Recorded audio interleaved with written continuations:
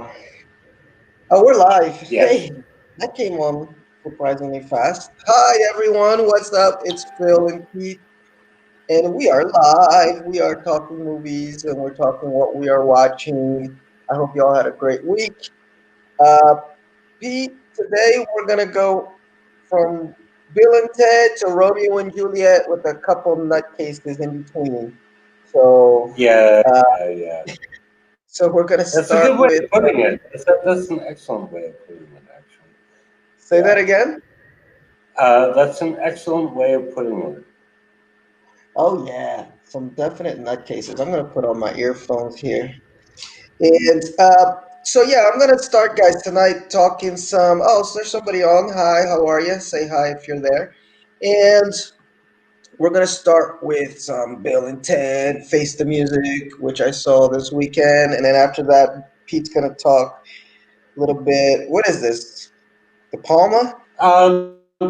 Yeah, it's just a documentary about Brian DePalma where he talks about himself for 90 minutes.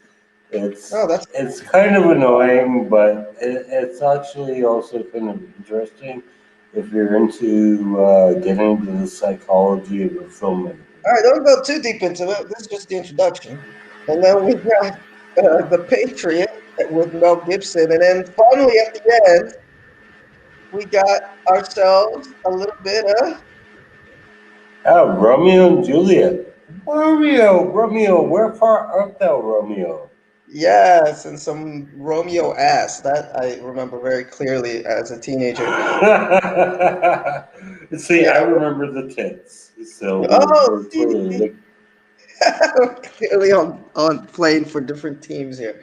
Okay, yeah. so we have Fraction. He was on for a second, and he says hello. So hopefully he'll come back That's on. my son. That's my son Owen, actually. Okay. Oh yeah, you said Pete is my friend father. Peter is super cool, and so is Phil in Brazil. Awesome. Okay, so hope he comes back on. So yeah, guys, we're gonna get Yeah, into that's my boy. That's my boy. there you go. I'll put that up there. Pete is my friend father, so hopefully he'll come back in. So let's get to it, guys. Let's get to it, okay? And but first, before we get to it, just a very quick Yes, R.I.P. Chadwick Boseman, walking mhm, laws. yes. Yeah, Oh, but what a trooper, man! What a trooper! Like this guy was making these movies while he was sick all the time, and he's still he still marched through it, man. yeah, he did. And yeah, nobody knew. And actually, I saw a little clip. No, nobody did. Nobody did. It was one of his co-stars from The Five Bloods.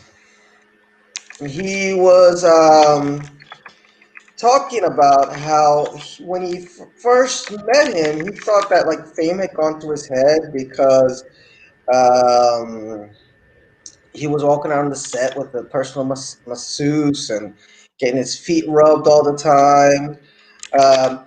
And he started crying when he was doing this interview because he was like, "Oh my God, I had no clue. Like he had that because he was literally dying. You know, he was sick at the time, so he needed Mm, somebody to kind of take care of him between takes and stuff."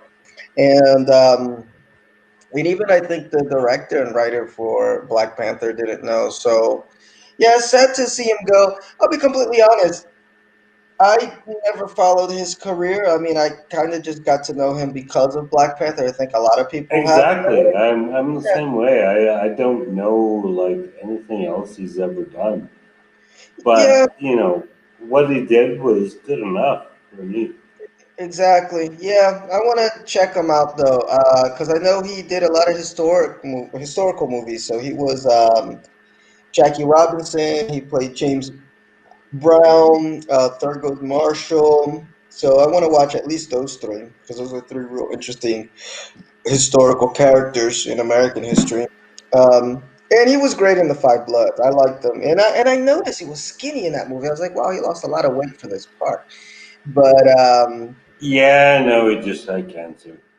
Yep, that's what it was. So rest in power, as they like to say. And um, that's it. Okay, we're gonna move ahead, and hopefully he's in a better place now. Or, well, I'm not gonna say that. Okay, let's move ahead. Let's be nice, right? And we're gonna start. Yeah, let's be excellent to each other, man, and party on.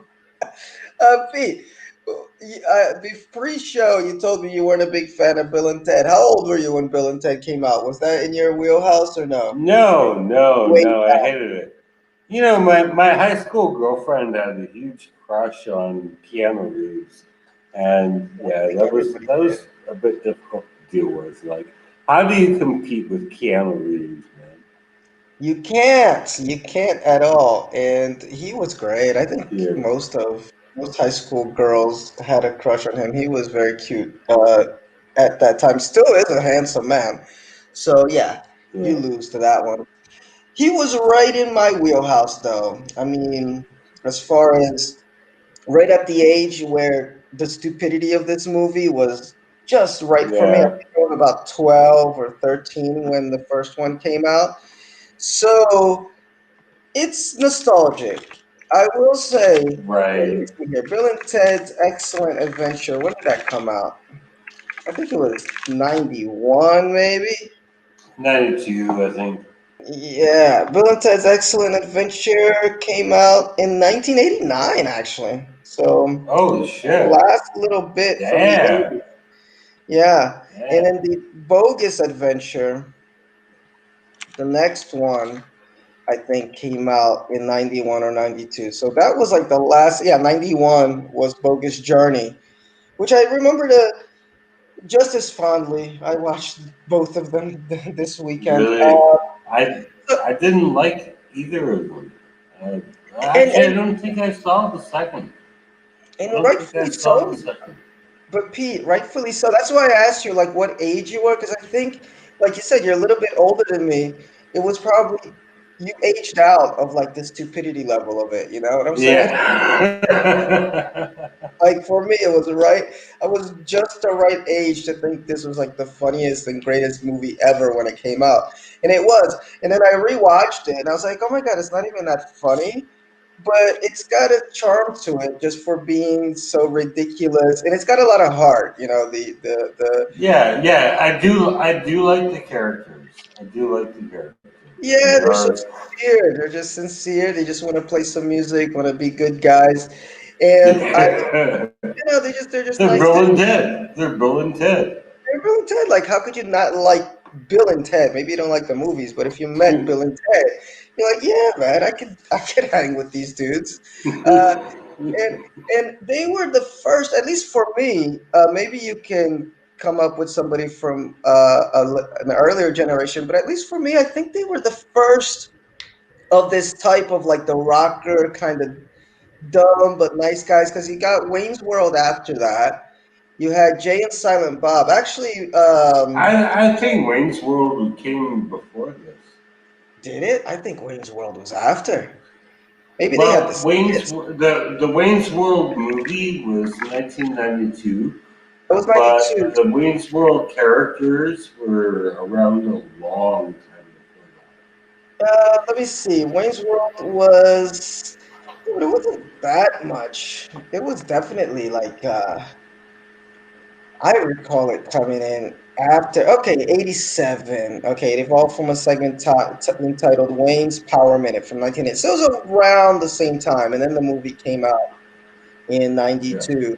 But the first Wayne's World sketch appeared on the 13th Saturday Night Live episode of the 1988-89 season. So it was like head to head, you know. Um, Yeah, but they really blew up when the movie came out. So I definitely remember Bill and Ted before Wayne's World, and then after that we got Jay and Silent Bob, which are similar type characters. And I think very much so. Yeah, what's the guy's name? I watch his podcast every week, and I forgot his name. Kevin Smith. Kevin Smith. Kevin Yeah, Smith. he was talking about the new movie, and he was like, "Man, there wouldn't have been a Jay and Silent Bob if it weren't for Bill and Ted. You know, those guys. kind of Right. wrote the book about on that. So I like these type of characters. I think they're funny, but you're totally right in thinking the movie sucks because it's there's not anything really funny about it. Like I didn't laugh once, but at the same time, I was entertained all the way through. It's a ridiculous story about these guys in a phone booth. I'm a Doctor Who fan, so I like that they took that from Doctor Who, the phone booth. Time traveling, and they have to get their homework assignment, their final project on world history. So they bring characters from all of history to the present to finish their project. And then the bigger storyline is that supposedly they're going to write this song that's going to unite the world. I'm talking about just the mythology of the movies. And then in the far future, they're heralded as like gods and stuff. They're Bill and Ted. Everybody, talks like Bill and Ted in the future. Okay. George Carlin's in it. And it doesn't care about the laws of time travel. It just like grabs somebody from the past, brings them to the future, takes them back, whatever. So it's silly in that way. So I was wondering, 25 years later, more or less, what could the new movie be? And I think that if you are I'm not Owen, I'm his friend. Okay, so it's not Owen. Um, and so I was wondering, could this movie capture that magic from that time? Because they work for those movies, from that time. And I'd say probably not. It was entertaining, but it was entertaining to me because I have a soft spot for the characters. Like people that have a Right. nostalgia for those characters, this movie works. It doesn't suck, but anybody outside of that nostalgia circle probably wouldn't dig it. In a way, I'm kind of glad that it went to VOD because I think in the end, I think it's probably going to do more business on video on demand. I think more people are going to order it Yeah. that really care about these characters. I don't think anybody, at least I know, I wouldn't take the time to drive to a theater to watch this movie. Like, there's nothing particularly special about it, aside from the fact that it absolutely had a lot of heart. Keanu Reeves and his buddy here, which I can never remember his name. Well, I know this guy. This is Alex Winter. Alex He Winter. is. Yeah. He's the dude from Lost Boys. Mm, Alex Winter. What show did you say he was in after? Lost Boys. Oh. Um, yeah, here the New York Times says this half-baked sequel is a forced exercise willed into being by society's renewed love affair with Reeves. He's a nice guy and a decent actor, but he's made a lame movie. The movie is a labor of fan service love that slaps a goofy smile on your face. It's a most excellent cue for the heinous pandemic blues. Now, I agree more with the Rolling Stones. Like, New York Times went a little bit hard. But it Yeah. is. I mean, It's that's fair. 100%. That's fair. It is, man. It's 100% fan service. If you dug those two movies when you were a kid, you're gonna watch this with a goofy smile. You're gonna. It feels like they actually wanted to make this movie. It wasn't like, oh, let's try to cash in. No, they wanted to tell the Yeah. story. You see, I never liked it. I never liked it because those dudes were trying to steal my girlfriend. That that was what really pissed me off.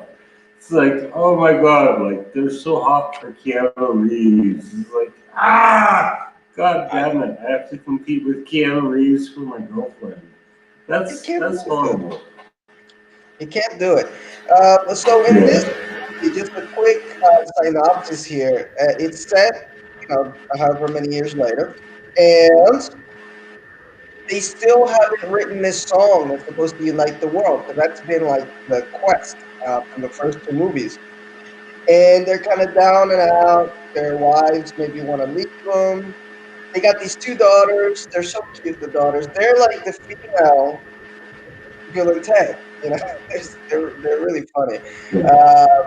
They talk just like them. It's Theodora and the other girl is Wilhelmina or Billy Logan. Okay, they call her Billy, and they're the young daughters that you see in the poster of the movie, and they're in the future. They're kind of worried. They're like, "Wow, these guys are really old, and they still haven't written this song that's supposed to unite the planet." And then there's like this temporal thing going on where time and space is ripping apart. So people from all different time are coming into the present. It's kind of convoluted, but it all builds up to a nice finale where we realize, okay, what is how is it that they're going to write this song? It's not exactly what you expect. And it's beautiful in its own way. It's a nice positive message. It's nice for the pandemic to, everybody come together type thing. Um, and we do get some more historic figures because the girls want to help their dad write this song. So they go back and they get Jimi Hendrix, they get Louis Armstrong, they get Okay. Mozart, they get some Japanese lady, I don't know, like apparently some famous flautist, I guess you call it. Some black lady from like the Neanderthal times who's a drummer, and Depp plays the bass, so he's back. So that's all I can say about this movie. If you dig Bill and Ted, watch it. You'll enjoy it for what it is. If you All don't right. dig Bill I and Ted, don't dig Bill and Ted, so I probably yeah, won't watch it. just skip it. Just skip it, but don't hate on it. Just skip it, but don't hate on it because it's doing a All good right. service. It's bringing some positive vibes. Be excellent to each other and party on, dudes. That's all it's asking for. Yeah, yeah, I know. I Now know. let's get to This the heavy. Keanu Reeves stole my girlfriend. That's all I have to I say don't about think it's those movies though that people love. Those what is it? John Wick. I watched the first one. That was a chore, man. I don't get the yeah, whole. yeah, yeah, I did. And Dean Winter from Oz was in that as well, which was Yeah, really I good. don't get what made those movies tick, but apparently they're really big. But anyway, let's move ahead, man. Let's talk about some Brian De Palma. Brian De Palma. Brian De Palma. All right, so this documentary is, and it's weird because Phil has been the one doing the documentary like all the time. Documentaries, Yeah, documentaries. I'm always coming with a doc. Um, yeah, but this time I actually decided to watch the documentary, and it's about somebody that I don't really respect in any way. And I kind of watched it so I could see, like, okay, like what makes this guy the guy that he is. And what I found out was nothing, really. He is not a great filmmaker. He's a journeyman. And I think that's what I enjoyed most about this movie is that it showed that, like, okay, I'm not a great filmmaker. I just, I do shit. Like I get a job and I'm asked to perform the job and I do it.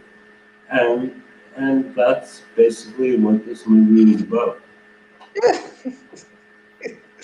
I was telling Pete, I was having a hard time remembering any movies of his that I've watched because I've never, just nothing about, like when I watch a trailer or see clips from any of his movies entice me enough to want to watch. Right. And that's probably because of what Pete just said. He's not a great filmmaker. He just kind of gets the job done. Um, but I did see Carrie when I was younger. That was okay. The And I didn't realize, Untouchables. The Untouchables is yeah, one that I Untouchables. like. Yeah, Untouchables is really good. I guess everyone has their one fight, right? Their one game. Right. So yeah, no, Untouchables is really good. And what's the other one I said that I didn't realize he did was Mission Impossible. The first one is really good. Mission Impossible. Yeah, yeah, yeah, yeah. But the thing is, the whole Mission Impossible franchise, it's so forgettable. Like you watch these movies and you're blown away by them, but you forget them like 30 seconds afterwards. Like, I it agree. didn't It's matter. really weird with them. Yeah, because I can't. No, I can think of at least one set piece from each one of them, but I couldn't tell you the plot of any of them. Like I know the first Yeah, one. exactly. First one had that cool, like it had the train, the one where Tom Cruise was on the train, and that nice scene where he's kind of coming down on those wires. That's like the famous scene from that movie where he's coming down on the wires because he can't touch the. He's trying to take something, Yeah, and that's about all I can remember. In the in the face masks, which stayed with the franchise, that became like iconic of the franchise. But after that, they all kind of run into each other. I know there was the one with John Woo, which involved a whole lot of doves, because I guess he's into that. yeah, that was the second one. That That was was the the second second one. one. I thought it was the third one already. Yeah, And then, yeah, then I don't know. There was one with what's his name? Philip. See, Philip. C. Hoffman, the actor that died. There was, yes, yes, yes, yes. I think that was the third one. Oh, we got to do. Maybe we can do a ranking Mission Impossible at some point because the last ones That that would be nice. That would be nice because those are they're all good movies. That's the they're all thing. good movies. They're They're hard all to they're rank. all good movies, but Yeah. they're hard to keep straight in your brain. Oh yeah. I saw the last one in the movie theater. The one where Tom Cruise jumped out of the fucking the airplane. And man, that was an experience watching that in IMAX. And then when Yeah, the camera tips over, and you do get this sinking feeling in your stomach, like, oh shit. So, no, they were very well made. I'm afraid Tom Cruise is going to end up dying making one of these because every one he wants yeah, to do go over the top. In the one before that, where he was like scaling the side of that building in Dubai, that was great, man. Like, there's a yeah. Those are great movies. no, they're But nice for these action set pieces, but I can't remember the plot of any yeah, of them. yeah, exactly. You forget the story. Like the story is forgettable. Yeah, and it's funny because in a way it's sort of like the competition for James Bond, but Yeah, yeah, it it's missing. tries. Yeah, it tries. That's what I'm saying. Like it's like it's missing that little extra ingredient, which I can't put my finger on of what makes James Bond tick and what like as memorable, I should say. Like with these memorable characters and. And because those James Bond movies, sometimes their storylines are just as wacky. You don't know what the fuck's going on. Yeah, But for whatever reason, you still there's something very like iconic, I guess, about maybe it's just James Bond himself. He's just an iconic character. It kind of creates a fulcrum where Mission Impossible. Well, it's Tom Cruise doing another crazy stunt. I guess it's yeah, like yeah, really yeah. awesome. It gets tired. I mean, you enjoy it, but it's not the greatest. It doesn't give you an emotional attachment. It's like going to watch Yeah, Evil Knievel or something. It's like I just want to see what he's gonna do, but I don't give a shit about the rest. As long as the story kind of moves ahead. But anyway, right. we'll do that. And by the way, very soon, guys, there will be an Alien ranking. I'm Mm. done with all of them. Pete just trudged his way through probably the best one in the series, Alien versus Predator 2, right, Pete? He waited a lot. Yeah, I mean, it wasn't boring. That's all I can say about it. It wasn't Uh, boring. I have had to rewatch this movie quite a few times because I had to watch it for the Predator ranking. So that'll be up soon. And so like and subscribe to the page, which I always forget to do at the beginning of these fucking things. So you know when they're up.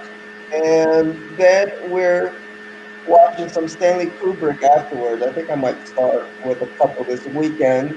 But Mission Impossible seems like a good one. It's just that they're still coming out. I usually like to do franchises that seem like they're kind There's of. a lot of them. I couldn't believe it. There's like There's such a lot. five or six, I think. Yeah.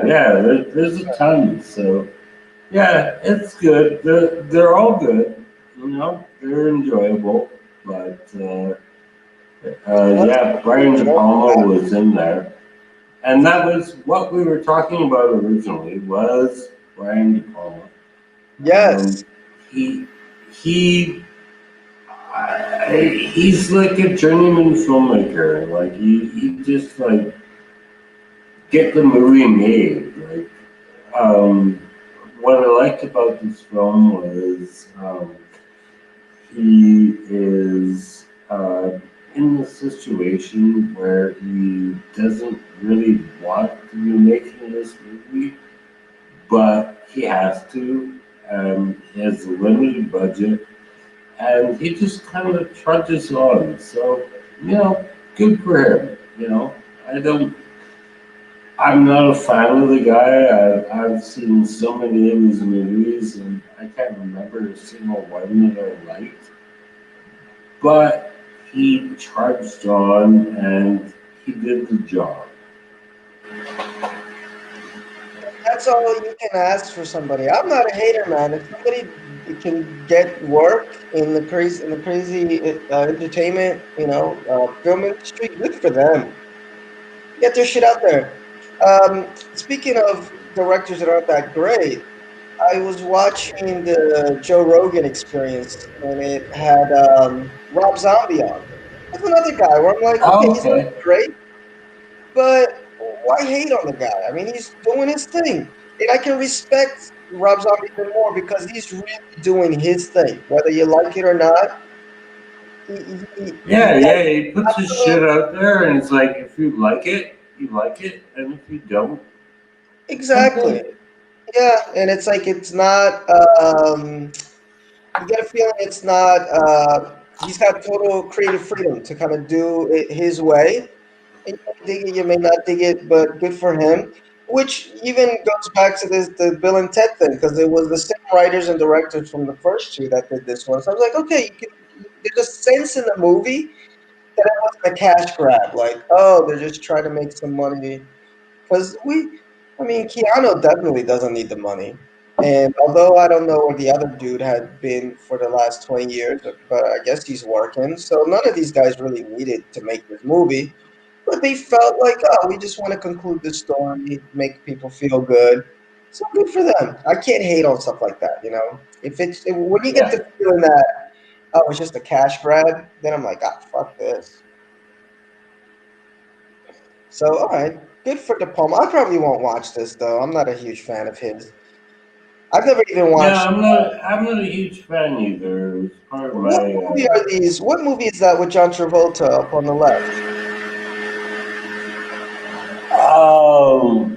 I don't believe that's John Travolta It's actually. not. Oh, it looked like him. No, I don't know. And that no. was the movie on the bottom right either. The bottom right is, yeah. God damn it! I don't know what that is either. Yeah, I Ah, don't know. yeah. But we got Uh, Scarface on the top right, which I've actually never had the patience to sit through, and then Carrie on the bottom left, which is okay. yeah. Definitely Carrie on the bottom left and Scarface on the top right. We know that. Yeah, but I think that's John Travolta. But anyway, let's move ahead, guys. Speaking of people that kind of do whatever they want, and yeah, I don't know what this movie was. It was entertaining. Speaking of, like you said about AVP, it was entertaining. I remember when this came out, Gibson was sort of on the tail end of like being like really like the in person in Hollywood. Um, if you go back to 2000, did I say Mel Gibson or Mel Brooks? I meant Mel Gibson, right? Okay. Yeah, Um, it's Mel Mel Gibson. Gibson, year 2000 was not yeah, it wasn't the best year for him. He had this movie, What Women Want, and then we had this movie, The Patriot. But I think it was around this time that he started having a little bit more controversy, and then he's kind of in the cut late as of late. But anyway, Right. yeah, let me see. Look, there's no movie here. Well, Apocalypto came out after, but that's a great I movie. like Apocalypto. I I, love Apocalypto. yeah, I love it, but it wasn't like a big hit. It was almost like an indie movie for even though. Well, because like Mel Gibson was kind of on the skids at the time. Yes, Yeah. yeah. So I think that's why I didn't watch this movie. I watched the trailer to it, and I'm like, this looks so stupid. Because it looks like, you know, Rambo in the Revolutionary War. Yeah, exactly. And I said, I don't want to watch this. But I am teaching this kid U.S. history, and we're getting right to this part of the Revolutionary War. And I'm like, okay, I'm teaching him all the boring stuff in class, but I was trying to think, what's a movie that I could find that's going to show him some nice action scenes and get kind of a feel for the era. So I was like, oh, I remember there was that movie, The Patriot, with Mel Gibson. So let me watch it just to make sure it isn't completely like out in bizarro world as far as like Rambo and the Revolutionary War. And it isn't. It still is Rambo. It It's looks pretty out there. It looks but pretty it's out not there. so out there that you couldn't, watch it and just kind of tell the kid, look, I doubt there was anybody stabbing anybody with an American flag. Right. It's like it's enough where you can tell the kid, look, this is the part of the movie where it's just a revenge story. And this is the part of the movie where, yeah, this stuff actually did happen. And this is what they dressed like, and this is what the scenery was like. So I like that part of the movie. So it's set right at the offset of the Revolutionary War, okay? Jason Isaacs, which is great in just about everything, so I was really happy to see he was in there. Um, he plays this redcoat who's really evil just because he just is, I guess. And he kills one of Mel Gibson's sons for really no reason. They show up in front of his house and they want to search the house, and then they kill the son. So that sparks this thing in Mel Gibson because apparently he did something during the French and Indian War, which he won't talk about. So it's got a little bit of that Clint Eastwood Unforgiven type thing. Like he doesn't want to join the war effort. He's against the war. He's like, let's just settle this peacefully because a lot of people are gonna die. And even his son is like, oh my God, Dad, I thought you were a patriot. And this is the younger son joins the war, and and then this happens and he snaps. And that scene is really good. Man, that was intense because I think he's got like 5 or 6 kids. 4 of them were boys and like 2 girls. So the one boy was in the war, came back, he was kind of hurt. The one boy got shot when they recaptured him. The Brits recaptured him. And then the one boy got shot and killed. And so there were the 2 younger ones, they were like 12 and 10. The redcoats, Jason Isaacs leading the charge, goes off with the son, right? The older one, locked up. So Mel Gibson's like, get the guns. It was so cool. He goes to the house. He gives the one son a musket. He gives the other musket to the other son, and he's like, "Remember when I told you how to shoot? All right, let's go." And they go, and he rescues his own son, and that scene was intense, man. That was good. So I was like, "Yo," I was like, "All right, this is silly, but it's really fucking entertaining." It really was. All So right. only problem with the movie, it's a bit long. It's like almost 3 hours, like 2.5 hours. So they try to shove a lot of stuff in this movie, especially like they really, really, really try to do their best to show blacks in a positive light, like, or I guess show Right. white people treating blacks in a positive light, and it's like kind of derails the movie. It kind of goes because there's this one there's this one black guy in the Well, movie. that's not even sincere, is it? Though? Well, I guess they had to do something with the with the fact that, hey, around that time, most of these blacks were slaves. So, for Yeah, example, exactly, exactly. like Mel Gibson's character, for example, um, he all his slaves are actually they're freemen who want to work on his farm, and then Oh, so he's a nice slave owner. He's a yeah, he's nice a slave nice owner. slaver, and like his I think it's his dead wife's sister. She also like they're all like everybody that works on her farm. They're all free men that want to work on her farm. So and then when they're enlisting people for to build the militia, this one guy hands over his slave, and then there's this really real racist guy. It's like stereotypical racist, like, oh, we gotta have this guy with us. But then, of course, by the end, he's like, oh, I really respect you as a black man. Oh my god, that part was kind of sweet. Um, but but the movie in all though, I recommend it. It's one that I skipped because it looked really from the trailers. It looked like it wanted to redo Braveheart, but just not as good. And just like, okay, where else can we do a version of Braveheart? Like, what's another important, you know, Right, war in right. history? Um, and just make it like a Mel Gibson set piece, which it more or Okay, less dude, is. dude, you gotta check out the apparently racist movie that Mel Gibson starred in that was set in I believe it was Puerto Rico, actually. Which one is it? I don't know. I know he got in trouble for his like anti-Jewish rants.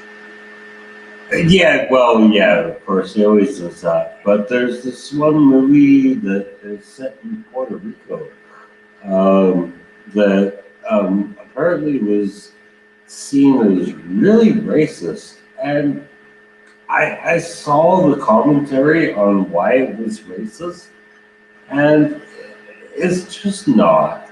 It's not. I mean, Mel Gibson is always going to be racist. We have to accept that. But um, no, I didn't see this movie as very racist at all. I don't know. Anyway, I mean, it distorts history, but it's a fucking movie. It's like you can't. Right. It's like people that watch Braveheart and think that's historical. I'm on IMDb here, and Exactly. there's this Exactly. there's this British guy here on IMDb who's upset that this movie distorts history because there's a scene where the British lock these people in a church and burn them alive inside the Right. church. It's like Right. that never took place. Well, yeah, it's for dramatic effect, man. What do you think? Yeah, don't let the facts get in the way of a good story. Yeah, and that's what I'm saying. It's entertaining. It's very entertaining. I dug it in that sense, and it's distorted, obviously, but it's entertaining enough where I can show the kid that I'm teaching. He's like 14 or 13 or something, so it's gonna be right up his alley. But as far as the action and all that stuff, and yet still managed to show kind of what it was like back in the day, and just realize it's a damn movie. But it's one that if anybody missed for whatever reason, and they just want to like entertain in a Right. weekend movie, it works. It does what it has to do, and it's got some good action. Got some funny parts in it too. Um, and Jason Isaacs is a great villain. And Mel Gibson is, well, he stabs people. He's got this little hammer that he throws at them. He stabs this horse with an American flag. What more can you ask? It makes it feel very Right. rah rah America. Okay. Okay, I Anyway, get it. I get it. you might dig this one, Pete. I would put this on your watch list. You might actually dig this movie. It's not too bad. But let's move. Let's move ahead, guys. Let's move on. Oh my God! I'm gonna cry. I'm gonna Oh man. cry. Yeah, it's so sad. Romeo and Juliet. They had everything, but they lost it all. Ah, They had yeah, everything for each other. yeah. I mean, we're talking about a perfect couple here. It's like, fuck, man. Like they got their shit together, and what came of it? They both died. They both died. So Yeah, very yeah, young. Yeah, very young. that's not a spoiler because I think everyone knows that Romeo and Juliet died. Yeah, I mean, But it's really like a 400-year-old spoiler more, right? right. It's a long time story. Everyone knows the story. But the thing that I really enjoyed about watching this movie is the blocking. I actually was in the Shakespeare play, and the blocking really makes a difference. Um, like, in case you're not familiar with like theater language, blocking is where you are in the scene, and the scene where Romeo fights Tybalt, for example. That's perfect blocking. It is, and they have this nice scenery in the background. Like, it's so great. It's well filmed. I remember And watching this. Yeah. yeah. No, Shakespeare and film in general. I mean, Shakespeare gives it to you. Like, it basically says, like, okay, I've been dead for 300 years, but here's a script that you can make an awesome movie in. And people do all the time. I And don't know adapt. what. Yeah. I Highly don't know adaptable. why. I don't know why people do not dig Shakespeare more because when I was working as an actor doing Shakespeare, I loved this shit, man. Like that was my favorite thing to do. No, I don't think people do love him. I don't think Shakespeare will ever go out of fashion. It's just that they're all told different ways. I'm here on IndieWire. 7 ambitious Shakespeare adaptations. Like, it's everything from Forbidden Planet to um, The Lion King. My Own Private Idaho is based on Henry IV. Uh, I love the play The Tempest, but I don't think Forbidden Planet was that great of a movie. We have O, which is based on Othello. 10 Things I Hate About You is based on Taming of the Shrew. The Lion King is based on Yes, Hamlet. yes, So, there's so many modern adaptations. We got Throne of Blood is based on Macbeth, that's a Kurosawa movie. We have Ron, which is also Kurosawa yeah. based on Lear. You know, I What I think really liked about Romeo and Juliet is that there's this point in time where it's like, I hope they're happy. You know, I hope they live happily ever after. But if you've ever studied Shakespeare in your life, you know they're not. You know they're destined for misery. I agree. I'll be. It's not my favorite Shakespeare story. I actually dislike it a lot for whatever reason. I guess I'm just not. I wasn't a good teenager. Like, I never had that like love thing going on. I was too much of a nerd, so it just never connected with me. Right. Right. Even when that one came out in '96 with Claire Danes and Leonardo DiCaprio that everybody in my school watched except me. And then I've never seen that. I've never seen that. oh, it's a famous version, and it was a huge hit. It was a huge hit. That's the way that was when Leo was still in his heartthrob phase, right? Before Right, he right, became right, more of a right. serious actor. And Claire Danes was also like everybody's sweetheart from because she just got big off of that show, My So-Called Life. So that was the movie in '96. I remember. I mean, it made a whole lot of money. But I just didn't dig it. I don't know what it is about Romeo and Juliet that doesn't connect with me. But it's probably like I said. I'm not a very romantic person. I was much more into Hamlet. Like when they showed that movie Right, right, right, in right. my high school class, I was like, oh boy, this is my movie, the Kenneth Branagh version. This is my I like the Laurence Olivier version the best. And there's another version people love, which has Mel Gibson in it, which I really didn't like at all. I fell asleep on that. Yes, yes, yes, yes. Yeah, I Yeah, fell. I that's never that's saw also Mel. a good version. It's very Yeah, cinematic. It's very colorful, but um, I don't know. This is where it breaks down in Shakespeare. It's like, what looks better? And like I said, I was a Shakespearean actor, and I did these scenes. hmm And what breaks it down is the director blocking it, yeah, and I think that's where the Olivier version of Hamlet worked really well. Is that he just said like, okay, you have to be here now. You have to be here now, and the the Zeffirelli version of Romeo and Juliet, the core point is the sword fight between, well, first it's between Tybalt and Mercutio, and then later it's between Romeo and Tybalt.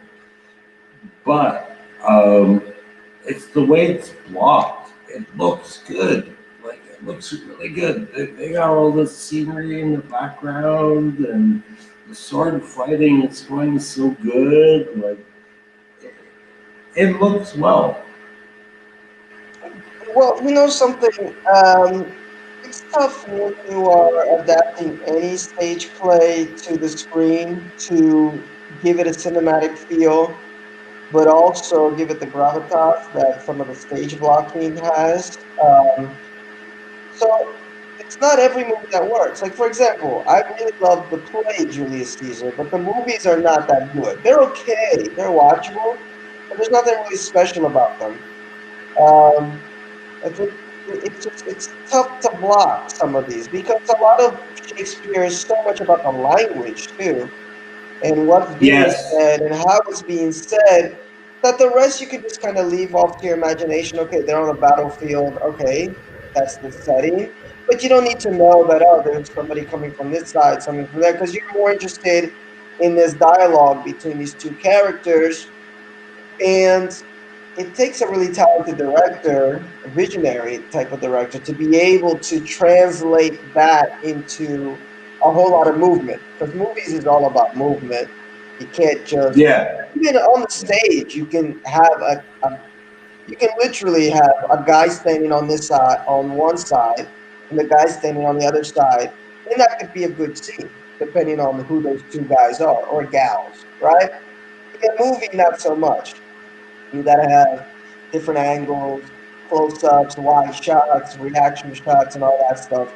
So I dug Kenneth Branagh's version more for the cinematic aspect of it. You know, I think it's very outlandish. It's very broad and everything. So it drew me in to the story right away with what he kind of saw visually for this character of Hamlet, which is kind of a madman himself. So Hmm.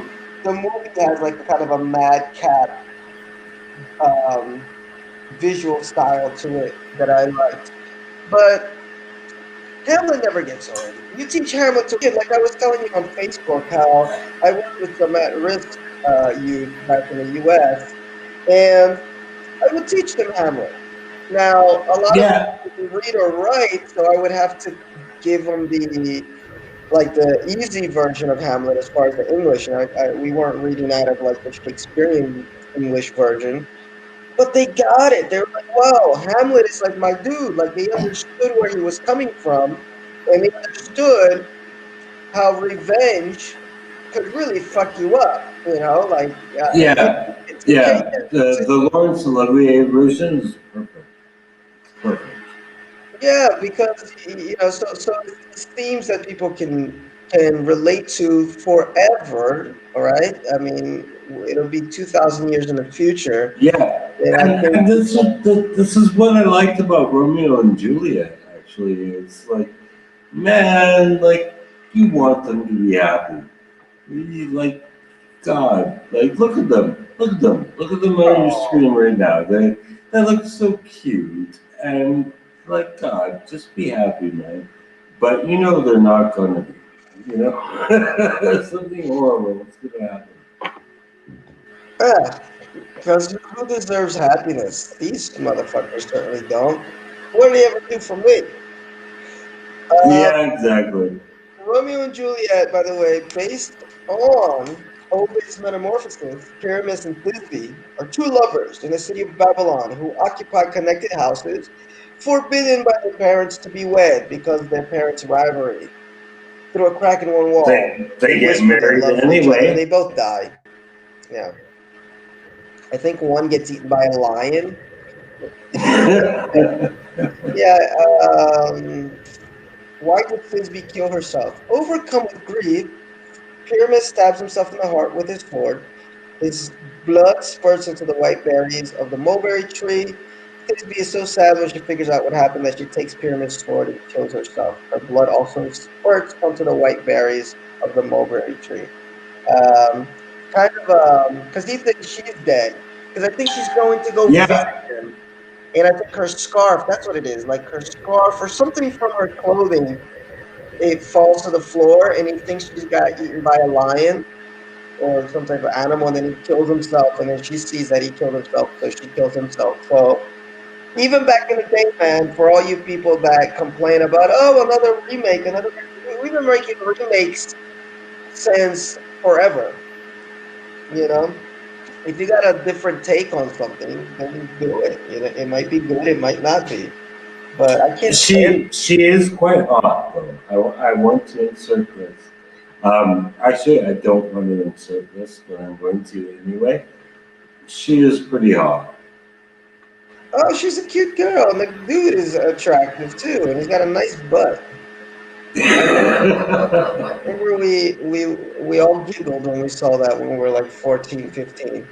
And we show it to the high school students here in Brazil, and they all giggle too when they see the butt shot. And it's like, all right, guys, There's it's a a lot of ass. There's a lot of it's the ass. fucking 70s, man. What do you expect? Yeah. 70s. Um, so yeah, there's a little bit of that. But Shakespeare will be with us forever, and Yeah. Shakespeare rules. there'll always be new. And as you know, Peter, you haven't enjoyed Hamlet until you've heard it in the original Klingon. I've heard. I've heard. Yeah. I Yeah, will. I will check yeah. that out. Uh, this is a famous scene from Star Trek 6. And then it ends up, what's really funny is that somehow, some way, somebody made a Klingon version of Hamlet, and you can watch it online, and it's really funny. It's really funny. Uh, Um, but all right, guys, that's it for today. Um, just a quick rundown with Bill and Ted Face the Music. If you're a fan of Bill and Ted, watch this movie. It'll give you warm feelings. And the Patriot, I thought, was absolutely insane, but enjoyably insane. So I definitely recommend it. I think it's one that if you're at home on a rainy weekend or something, pop it in and you won't regret it. It was actually really entertaining. But hint, clue, it's not very historical, guys. Right? And what about you, Pete? What do you say about these? Yeah, I would say DePalma, basically, like, if you've ever wondered why this guy had so much esteem, check it out, and you might be pleasantly surprised. I wasn't, but you might be. And as far as Romeo and Juliet goes, like, what can go wrong with Shakespeare, man? I agree. I agree. All right, guys. It was good seeing you. As always, you can check me out here Sunday nights. I talk Lovecraft Country. In fact, I have a review of the last episode online already. Thursday nights, it's Star Trek Lower Decks. And then Pete and I are setting up to do our Alien podcast very soon. So that'll be out. And at some point in our lifetime, there will be a Star Trek podcast ranking on the channel too. And thanks to everyone who's been watching all these videos, including our ranking videos, which are very long. That's really awesome. Yeah, including Owen, Yes, my boy. there you go. All right, so we're bringing families together on this show, guys. So until next time. Oh, there we go. Thanks for watching. Much love and stay. What did they say? Stay awesome and love each other. Be excellent to each other and party on. There you go. That's what you all got to do. All right.